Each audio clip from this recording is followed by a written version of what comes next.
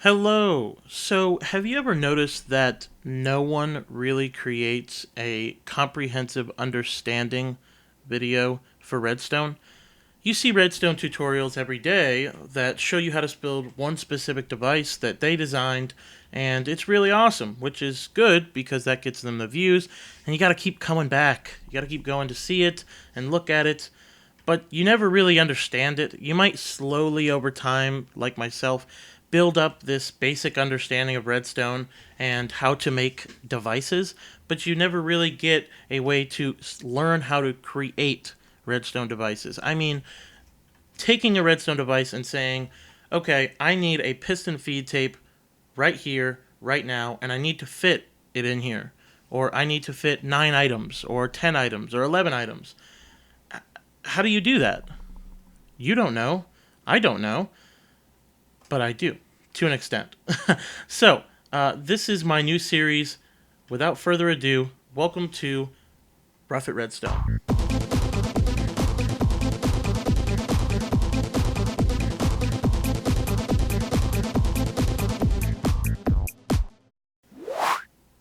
Alright, so Rough It Redstone, as you can see, is going to be an in-depth analysis of a specific device, and I'm going to show you guys how you can modify it, how it works, and how you can actually create your own, so that way you're not stuck watching tutorials all day. I know I'm the scourge of the Minecraft community, but today's episode is about piston feed tapes.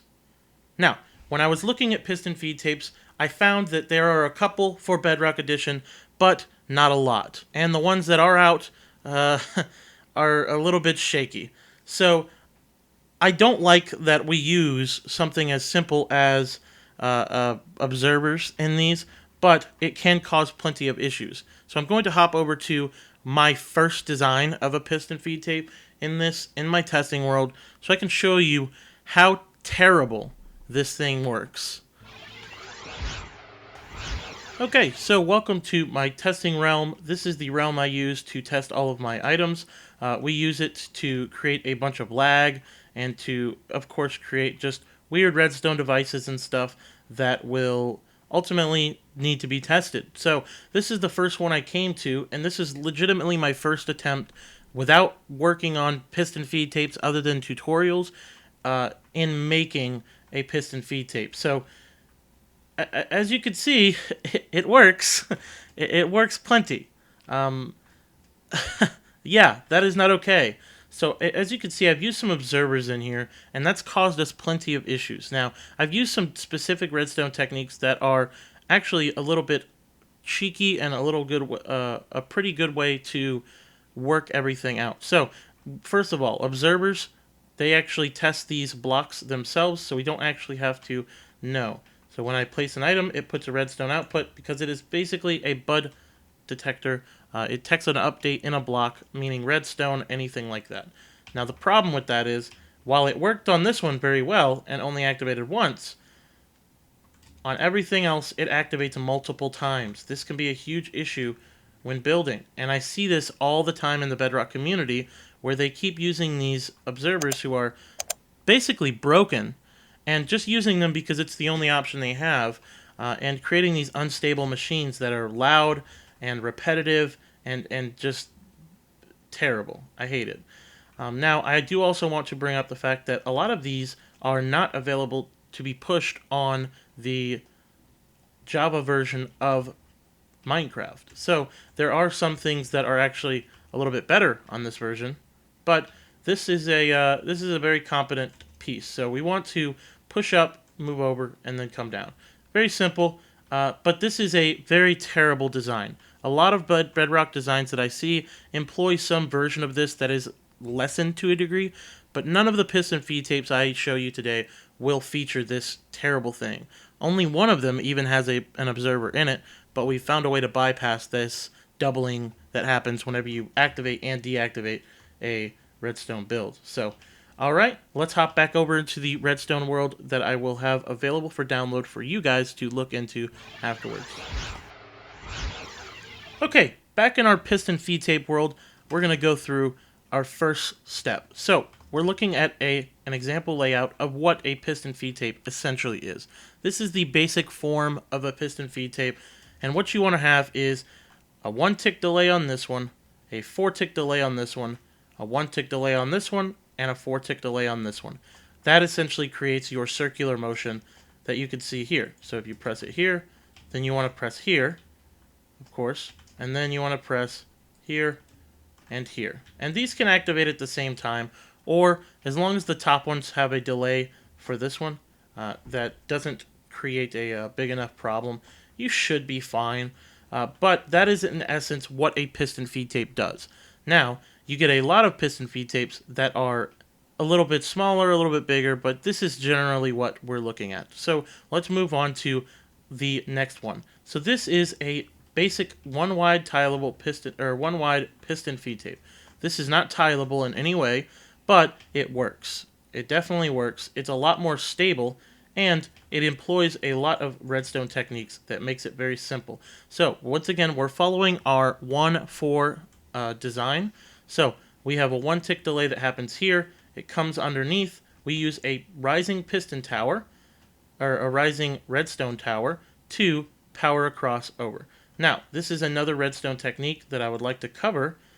It is a very basic one. It essentially is just if there is a power going into a block, then the resulting redstone torch will power alternatively. Now, this only works if you're powering directly to the block. Now, if I place a block here and then place one out, you obviously see it does not. And alternatively, if we place on any side of this block now, it will be unpowered. You can do the same thing by powering underneath on a side of a block, and you can actually use that to power up large areas.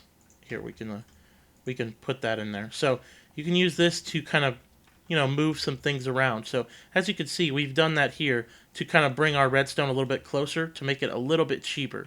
Now, you cannot place anything right here, because right now you can actually power through blocks through the front of a piston, and that is very problematic. You do not want to do that. Be very careful about it. But let's move forward.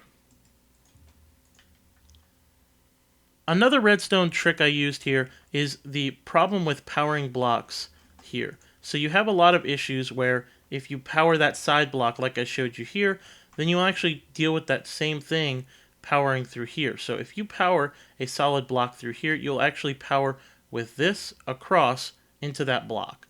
We can't have that happening, and we ultimately have to avoid powering any blocks that are next to it unless we're powering on top. So we're clear up here. So we're going to move forward and look at this other design that expands on a piston feed tape. Now, a lot of people make these different piston feed tapes that feature 9 or 4 or 6, like my tight small one right here. If you look here, I've expanded this design that I have here just by simply moving the redstone a little bit. So rather than using a smaller design like this, you can actually just move the redstone and just build it a little bit further. So as you can see, the same techniques are employed. I'm still powering across, I'm still moving it across and down, so it's still happening the way that it was before. But it's just as simple as that. Now, you can expand it as much as you want, and you will have to play with things. So this is a fully expanded, I think 10 by 10, that works. And it's very consistent. It took me a little bit to get this because I had to tweak it a little bit, but the same techniques are employed. We brought the redstone over, we powered, we brought it up, and then we put in our delay. Now, I did have to tweak this bottom one because these were having a delay with this piston tower. I actually had to move it up. As you can see, that piston tower had a bit of delay, so we had to adjust some things. So this one still has the same delay, because this was working fine, but because we had to wait for this torch tower to delay this, we had to actually add a little bit more delay. So you can work with timings to make the piston feed tape a bit bigger. Now just be aware of that. You can't adjust any of that with this design. But we've actually taken this a step further and adjusted our piston feed tape one more time to be one wide tileable. So we want a tileable feed tape because it seems like no one has ever done it. If you'll look here, I'll show you a piston feed tape, or how typically piston feed tapes are employed. So typically, this is how you might see something like this employed. Now, this is actually a broken build that I have built a long time ago, but you see, it's very complicated. It's very gigantic. We have these tileable piston feed tapes, and this is a workable design. I believe this is Mumbo's piston feed tape design, but if you look, I mean, it only does one thing. It shuffles one, or it shuffles to wherever you want it to be, is the better way to say it. But essentially, it just keeps going. You see it's moving all these designs, and that's great, don't get me wrong. But it can definitely be problematic when maybe I just want to see this side. Maybe I just want to rotate this one, and you can actually create a totally different rotating storage with that concept. Now this system works perfectly. It will not have any issues, but I want to explain some of the devices I've actually used. So, first of all, you need to know that redstone repeaters obviously do not affect these sides, but that is kind of obvious. Now we've powered these blocks very, very strategically to create our simple design. Now if you look, you can actually follow it through input all the way to output. So we have our input powering, we follow through, that powers this block, which will in turn power our elevator. Once this is switched on, we have a 4 delay to this one, and then we actually come up here and we see a little bit of, this is tricky redstone to a beginner, but you know, I'm not trying to claim that I'm anything special. So when we're employing this, we essentially are powering this block like that, which will actually power this piston, but for a second. Remember, they turn right back off afterwards. So, we're actually dealing with this one, which will then, you see how this one is powered. It will actually power that block, which will turn off this redstone torch. The observer will be activated once, but because this piston is actually going to be extended on that one, this piston right here, because this piston will actually be, put our 4 ticks, will actually be extended when this piston tries to push this block over that first time. It will actually become an issue and won't be able to push it until that second one. So it actually ends up being a locking mechanism of some kind because the piston won't actually let it happen. So with that being said, we can employ it now into our further design, which will let us tile this. Now, this is the actual build that I want to show off, because I don't think this is something that comes around every day. It's a pretty simple thing to do once you understand it, but this will actually allow you to rotate these one at a time so you can actually access your redstone the right way. Okay, so if you look, we've actually done this so that we can actually access all of our stuff at different times. So we might use this for some redstone materials, so we might just shuffle through that. Okay, we need to get to our other one that's in the back. Alright, now we have expanded our storage to be 6 whole buttons, and we have only taken up 4 to 5 blocks of our space on a wall. So we could actually create a pretty tight space in here where we could hide. So look at that. I mean, that only takes up 3 of your wall. Now you might say, this may not be for everybody. I seem to find meaningless redstone. I mainly just want to focus on the concepts. You know, I hope that this has helped you understand the storage system that I had created almost meaninglessly. Once again, you can expand this with this using the same techniques that we did here and just bringing it out a little bit further and messing with delay. But this is all I needed. I only need this much, and we can actually store plenty in there without taking up a bunch of the wall. But with that being said, let's move forward and just talk about the one that for some reason I found a bunch on, the horizontal piston feed tape. Please don't be one of these people. Horizontal piston feed tapes are not a thing. This has been a PSA by Blue Juice. Have a good day. Thank you guys. I hope you like the new show. Definitely come by and check out next episode. It takes a little bit of time to develop. I've worked on the graphics and stuff for a little bit. I've worked on all the stuff for it. I've never done like any of the stuff that I had in the past, so it was very nice to mess with it a little bit. But if you have any idea or any concept that you want me to dig into in next episode, it will take some time, but I will do it. Just drop it in the comments below. Seriously, and if you made it this far, thank you, and I hope you liked it.